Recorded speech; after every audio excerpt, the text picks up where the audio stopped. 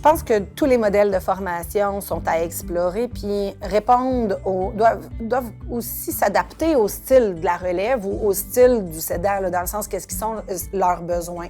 Moi, particulièrement dans mon histoire, j'ai eu un moment où on a préparé le transfert à la retraite de ma mère. Donc, c'était vraiment un plan spécifique qui s'est étalonné pendant 18 mois, accompagné par une consultante. Tous les jeudis après-midi, on était en rencontre, toutes les trois ensemble. Puis on a évolué où est-ce que ça faisait déjà 10 ans que j'étais dans l'entreprise, donc j'avais un grand bagage, mais pour me permettre de jouer le rôle dans le futur, il y avait certaines notions additionnelles à transmettre. Donc, ma mère s'est appliquée à me former sur certains sujets spécifiques. Mais moi, il a fallu que je m'ouvre également à accepter ces méthodes ou à me dire quelle perte de temps que je suis en train de faire là, à écouter quelque chose qui me semble qui fait pas de sens, que je vais avoir à faire dans le futur. Il a fallu que je me parle pour arriver à dire là, prends ton mal en patience, c'est ça présentement, puis plus tard, tu feras autrement.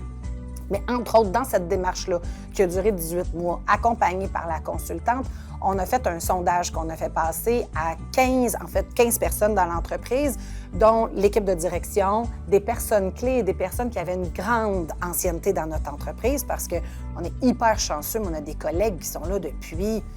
Aujourd'hui, j'ai des collègues qui sont là depuis pratiquement l'âge de l'entreprise. Donc, on les a consultés pour valider qu'est-ce qui était leur inquiétude par rapport à un transfert comme ça, qu'est-ce qu'ils voyaient qui pouvait me manquer, peut-être, pour bien jouer le rôle dans le futur.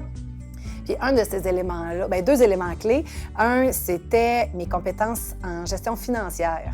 Parce que ma mère, c'était sa compétence forte. C'était vraiment ça dans quoi est-ce qu'elle excellait, le mode de gestion, le suivi financier. Puis il voyait que moi, je me détournais de ça. Un peu par protection, par chacun garder nos zones d'excellence. Mais ça, il a fallu que j'aille me chercher une formation. Puis je me dis, j'aurais peut-être pu aller la chercher un peu avant. Puis l'autre élément qui nous a été dit par ce groupe de personnes-là, c'était l'harmonie avec ma sœur Marilène, donc ma sœur qui me suivait. Dans la famille, on est 4 sœurs, dont 2 ont un caractère un peu plus fort. Donc, c'était nos deux... comment est-ce qu'on était pour gérer les désharmonies potentielles dans le futur si notre mère était plus présente pour faire de la médiation? Donc, on a entrepris une démarche, on a entrepris des diades, toutes les deux ensemble, avec un thérapeute, pour vraiment apprendre à se parler. En fait, apprendre à être des grandes filles, dans le sens, c'est nono, puis en même temps, c'est une chose de le faire en groupe, mais ça en est un autre, vraiment volontairement. Qu'est-ce qu'on fait pour que ça réussisse? Puis de tenir compte des commentaires de ces personnes-là dans le sondage, là, ça les a hyper rassurées. Ça les a vraiment mis en confiance, en fait, qu'ils pouvaient dire ce qui les inquiétait, puis que j'étais capable de le prendre, puis on était capable de le prendre comme famille pour faire en sorte d'être prêt puis de réussir le transfert, en fait. Je pense qu'une des choses que j'ai répétées le plus dans l'organisation, c'est que moi, j'aime mieux savoir que pas savoir, OK? Je vais m'organiser pour gérer l'émotion qui vient avec le fait de le savoir, que pas à être sur les gens ou à affecter les autres. Mais je veux savoir. Donc, d'être dans une posture d'ouverture, de réceptivité, puis aussi pour prendre l'opportunité, en fait, de l'information qui vient à moi dans des contextes. Peu importe le contexte, des fois, c'est quand on s'y attend le moins. C'est bien dans un sondage parce que, bon, tu l'as demandé, tu as un retour, c'est bien. Mais à certains moments donnés, les informations, ils ne viennent pas nécessairement quand tu t'en attends. C'est important de les accueillir parce que c'est avec ça qu'on construit la suite.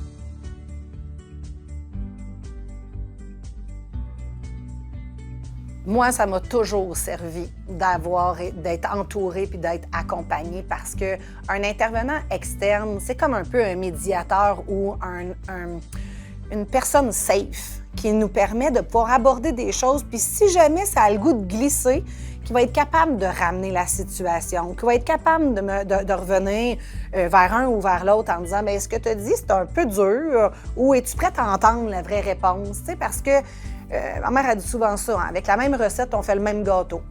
Donc, des fois, si on veut goûter un peu différent, bien, il faut essayer des ingrédients, mais c'est un peu insécurisant aussi. Donc, pour moi, une personne neutre, un intervenant, même si ça va bien avec ton parent, avec le cédant, parce qu'il soit ton parent ou un oncle ou peu importe, et de la même chose, tu as la sensation que ça va donc bien avec ta relève, mais est-ce que tu as vraiment toutes les réponses? Toutes les réponses? Bien, un cadre favorable va permettre d'aller vraiment chercher la réponse, à mon avis.